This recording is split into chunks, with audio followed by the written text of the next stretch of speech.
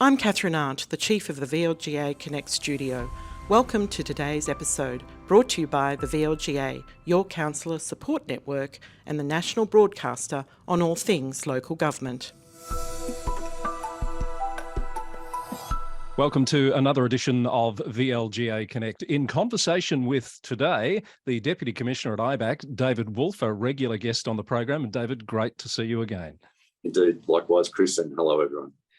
Thanks for joining us. The timing is rather fortuitous given the news this week. We had planned this conversation not being aware that the Moira Shire Council Commission of Inquiry would be dropping this week. And we've got a couple of really important topics to discuss. But can we get that one out of the way first? Because there are implications out of this report for IBAC. A number of matters have been referred to your organisation. First, I start off and say it's a really important report, particularly for the municipality and the ratepayers and residents of Moira.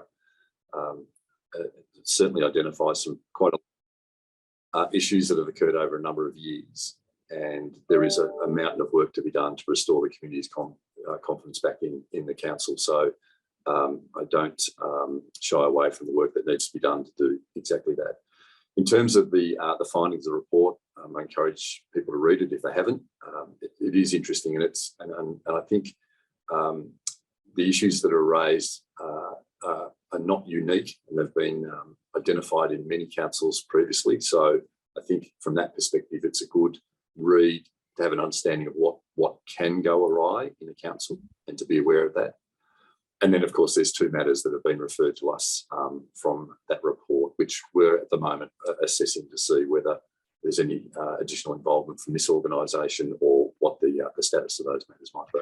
So just to be clear about the process from the IBAC point of view, the matters have been referred, but now you do your own assessment about whether there's any action required from you. That's right, exactly. So we'll assess whether the corrupt conduct threshold is met first, and then if that is met, then we'll determine whether we investigate or refer to another body to take action as deemed necessary. And that process is underway at the moment. Are there any early observations or conclusions that you can make about some of those matters? I mean, some of them are pretty emotive in the community, such as the disposal of asbestos-contained materials. Very alarming little piece that in the report sets out what occurred, but effectively the community have already borne an expense for that decision within council in terms of the remediation works. Important to understand who the decision makers were in that process. And again, we'll look at that from a corruption perspective. And then if it doesn't reach that threshold, then determine about what's the best course of action to actually deal with that decision-making process. We hear a bit from time to time about limited resources at IBAC to deal with matters and a lot on your plate. This obviously just adds to the workload. What sort of time frame do you see these matters being dealt with? So you're right. We are in receipt of a lot of issues on a daily basis. Our assessment timeframes are normally quite sharp, so we'll have this turned around within a matter of a week or so and make that determination, and we'll let the community know what that outcome is, and particularly where, if we're going to consider it and do work on it, or whether we're going to refer it to another body. We might leave that there because the report is being unpacked on other programs, including the Roundup podcast and, of course, TGU from VLGA Connect. But good to get your insights on that, David, and I appreciate there's probably not a lot that you can say at this point. What we did want to talk about today are a couple of key reports that have come out from IBAC in recent times. Let's start with the one about donations and lobbying. This has got broader implications even beyond Victoria, which we might touch on. Why is this such an important issue for IBAC? Indeed, a really important issue for both state and local government. We're talking about two facets of our political democracy, which, if not conducted transparently and fairly, have capacity to impact on decision-making, which could be to the detriment of the broader community. So it's really important that this piece of work was pulled together and published. So I think if we look at it in the two sections, donation for a start, that's a piece of work that we've been talking about in the local government sector for quite some time. As you probably recall, the 2020 legislation had proposed some reforms, and it was actually stripped out, and it didn't actually find its way into the legislation. And some of those deficiencies are the things we're calling out in the donations framework for local government. I think the really important one for us is centralising the donation reporting framework. So at the moment, it's that disparate framework where donations are reported by candidates to the council, and then it's collated back into the minister and then through to the local government inspectorate. And then there's the administrative function to find out whether people are compliant or not, and action taken against those that aren't. It's a really convoluted system. So we're looking for a centralisation of that. And there's some options already existing around this, particularly state level, how it's conducted. We think that will be a good reform. And then aligned with that is real-time reporting of donations. And that's something that I've been quite passionate about as well. I think it's really important that a voter has an awareness of who is supporting a candidate financially before they cast their vote. And I think that transparency is critical to a well-functioning democracy. This real-time reporting you're talking about, are you talking about at all levels of government, including local government? Indeed. Yeah, indeed, absolutely. And is that happening in any other jurisdiction, or would that be a first? There's hybrid models of it. At the moment, a lot of the technical barriers mean that the real time is a day or two or a week after elections are occurring. And my view is that the major benefit is having that information available to the voter at the time they cast their vote. So right. It's a pretty significant reform, and it's one that Victoria could really lead the way on. And I'm assuming that would look like some sort of online dashboard that's updated in real time that people can check whenever they have the need. Yeah, and particularly, a lot of the voting now is not on that particular day. It's voting past weeks beforehand. So it means the information needs to be updated, but allowances for donations to be received up until a certain point in time. But again, one of the reservations we hear is that people want to donate right up until the election day. My submission will be, what do you need those funds for? Your campaign's already been conducted. So where are those suggestions sitting in terms of their status at the moment? So they're sitting with government. The report in that was tabled late last year, I think November last year, or October, sorry. The government's broadly, in principle, accepted those recommendations, and now working through with the about how they might implement. So there's a lobbying side to this as well. What sorts of observations are you making there? Lobbying, again, has that ability to influence decision makers, and often it's more concentrated in the state government area, and it's certainly on bigger proposals or issues where proponents of those proposals have the resources to engage lobbyists to try and get their point across. And again, it's a really important part of the democratic system, because the technical and complex information on these proposals often can only be delivered by people with that expertise. So effectively lobbying. But it has implications at local government level. And what we found is that the framework to ensure that is transparent and fair is largely non-existent. So, for instance, a person might be a developer who meets with a councillor and starts to talk about the development that they may ultimately be deciding on. The record keeping and management of that is largely non-existent, and that's something that we'd like to see some significant reforms in. I'm assuming some of these observations or reforms have been informed by what you as an organisation have gathered in the Operation Sandon matter, which we're yet to see the report of course. Would I be right there? Yeah, indeed. So some of that was out of our investigative activity. Some of it's done from our research and our comparisons with interstate jurisdictions. But you're right, investigation activity certainly points us towards that. And on Operation Sandon, look, I know the sector is still awaiting to see that report. As most people know, it's been tied up in litigation for quite some time. And it's been important litigation. It's actually tested out a provision in our legislation, which we now have clarified with the courts, which has been useful, but it's added delay to this really important piece of work. But I can tell you that we're working furiously in here at the moment to try and have that completed and have it published in the coming months. I suspect not the only report to be caught up in that sort of process. Indeed, we had a number of reports in the same space, but that pipeline's now freed up. Yeah. Okay. Anything more you want to say on donations and lobbying before we move on to another very important issue? No, I think that's good. I just encourage people, if they're interested in it, to go to our website. The reports are freely available there, and it's got some really good and relevant aspects to local government. I think once you get that government response about what's going to happen next, it would be good to then sort of talk through what is in fact going to be put in place, and particularly how it's going to impact on local government.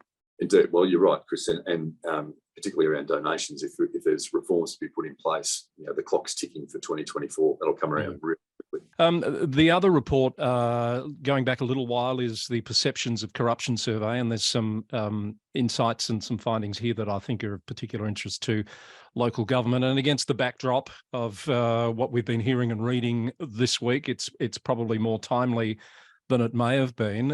What did you survey here? How did you go about getting this perceptions piece done? So that's a really important piece of work that we've done previously. And again, when you're doing surveys over a period of time, the data is incredibly informative to track those trends.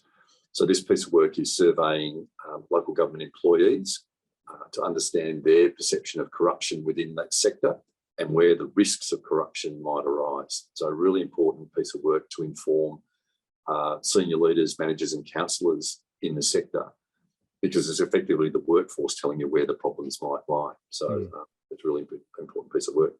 And I think there's for me, there was three really important pieces to come out of it. And firstly was that the workforce understand there is a corruption risk and corruption does occur. It was interesting that the numbers that perceived corruption within the sector had risen quite significantly, but not in their actual local government. Right. It was always believed to be in another place. And that might, by virtue of the publicity of some of the matters that we're looking into, might create that perception, but still a rise in people believing there was corrupt activity occurring within their council, albeit to a smaller degree. So workforce think it exists. Where they think it exists is around the perennial issues of procurement and recruitment. And recruitment was really prevalent. And again, when I'm talking to council groups, I talk about the recruitment issue around cronyism, nepotism, but also around often there's recruitment activity conducted and there's just not a suitable level of transparency. So it creates that perception of corruption when it might not exist. So a great remedy for that is to be as transparent as possible in that recruitment activity. Is a good example of that the current issue at Geelong, where the government has felt there needed to be more transparency around the CEO recruitment process, and they've installed monitors. And I've got a follow-up question to this, David. I think there's what I'm talking about is generally when the workforce have concerns about either internal or external recruitment or promotion, and not understanding why a particular person got the role. I think the Geelong example might be at the further end of the spectrum that needs greater intervention. And so my follow-up question was, and this goes a bit to some of the Moira stuff around whether there's still confusion or whether there's any confusion out there about which authority deals with which issue, because the inspectorate's dealing with some of those nepotism, cronyism issues, the corruption is IBAC, and there's a mix of stuff in the Moira report, isn't there? There is indeed. And I guess that's a really good example of having an integrity system where everyone's got a distinct lane which we operate in. Sometimes there is crossover. I often say this when I'm talking to people in the sector, that there ought not be any concern about which body to go to or to raise an issue. We will internally find the best agency to actually investigate and deal with the issue that's been raised. And we might do it jointly, or we might refer it to a particular agency who will operate in isolation. But it's important to note that there is a system to deal with the range of issues. Often it might be a really technical financial issue that we might need Vargo to come in and assist with the financial performance or financial auditing, or vice versa. It might need a unique aspect of the Local Government Act, which is LGI's role. And of course, the Ombudsman's another actor in that system. Yep. What do the results of this perceptions of corruption survey tell us, particularly about local government and how it sits compared to other sectors? A lot of similarity to the state sector. The same risks are identified. Anytime there's transfer of public funds to the private sector, that creates a risk. And if the systems and processes aren't sound, and if the culture of the organisation isn't sound, then there's a risk of improper or corrupt conduct occurring. I think that one of the most important findings out of this survey was the high percentage of people that said that they would report corrupt conduct to their immediate manager. And that's really encouraging. Mm. The issue is the manager's got to know what to do. So there's nothing worse than an employee acting properly and reporting that corrupt conduct and then it not being acted on, not being taken seriously, not being followed through. So we're talking to managers about understanding what their roles and responsibilities are in advance. So having that awareness and making sure they're acting on those reports. So I think it's really, really important. And one of the other things that came out of it too is what stops people from reporting. And one of them was, of course, that their report wouldn't be taken seriously. And the other one was, of course, around anonymity. So confidentiality of their own personal involvement. And again, that comes back to having an understanding about what avenues are available and what mechanisms are in place to protect those that report corrupt conduct. Right. One of the side effects of talking about these issues, I put to you, David, is that we often then start to hear from people in the sector who are doing the right thing. And a recent example, LG Pro came out very strongly and appropriately, in my view, to call for a look at the legislative regime that's dealing with councillor behaviour. But it gives rise to the point that it's dealing with a minority. Again, you're talking about corruption, donations, lobbying, etc. Do you think it's fair to still make the observation that the behaviour that raises concerns is happening in the minority of the sector? And what do you say to that? So we're talking about a couple of different things here. We're talking about corrupt and improper conduct, and then we've got behavioural issues. So conduct. What I would say is that the survey tells us that the workforce perceive corrupt conduct across the entire range of councils in Victoria. And where it is happening in particular pockets, and we know it's happening because of investigative activity, to think that it's not replicated in other areas of the state, I think would be foolhardy. So that's what I'd say in relation to that. Yeah. In respect to what LG Pro came out and said, I think that largely relates to conduct or behavioural issues. And I think that echoes frustrations from the professional sector around the level of behaviour of particular individuals in a number of councils across the state, and that frustration is converting into the inability of council to go about their business because they're dealing with conduct issues. And you and I have seen, I don't know how many iterations of a council conduct framework in local government in our time, many iterations. Yes. I think what the VLGA are calling for is a look at that to see if there's, again, reforms that can be made to make it more efficient and effective in dealing with those problems when they arise. Do you support those suggestions broadly that have been made? I had a conversation only yesterday with a very experienced local government person, and it was along the lines of whether things are getting worse or not. There's always those conversations, it never used to be this bad. Yeah. What we landed on is that the types of behaviours are not new, but we do think it's more broadly spread across the state, so there's more instances of it. So the degrees is not as bad, but the instances are higher. So that means that I think there is a time to have a look at whether the frameworks that are in place are effective or not. Speaking of frameworks, New South Wales has announced a new framework coming. I'm not clear on whether that's dependent on the current government getting re-elected or not, but have you looked at what they're proposing and how that sits against our framework? I haven't had a close look at it, Chris, but I've had a look at the drivers behind it and look at the frequency of council issues arising in New South Wales. Again, it's on par with what's happening in Victoria. And again, there's that blend between corruption issues. One council in particular is going through an inquiry around that relationship between developers and councillors. Yes. But there's many other councils that have issues around behaviour, even financial performance. One's under administration for that. So again, there's a high level of councils that have come under scrutiny for their performance. And there's no doubt that the driver within the New South Wales government is to see what reforms can be made. Yes, you're right. There's a number of high-profile cases going on in New South Wales with IBAC and parliamentary inquiries. While we're talking interstate, recent developments across in South Australia around campaign donation returns. This returns to our donations issue. I don't know about you, but I had a shudder when I saw what happened here with all of these councillors, 45 of them becoming basically out of office for failing to meet a legislative timeline, eerily similar to what happened in Victoria a few years back, David? 2016, when I was the Chief Municipal Inspector, we had the legislative reform around the requirement to sign the Code of Conduct. We had 116 councils that failed to meet that legislative requirement, which means they were to be out of office on a specified date. And because of that high number, the government took some action to rectify that through a legislative amendment. But what it said to me then, and what the South Australian experience says to me, is it's interesting because the argument at the time was there wasn't enough information provided. The administration didn't inform these people what they're required to do.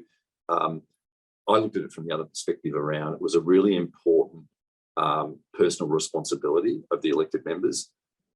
They weren't aware of the law that existed around their role as councillors, and they failed to meet it.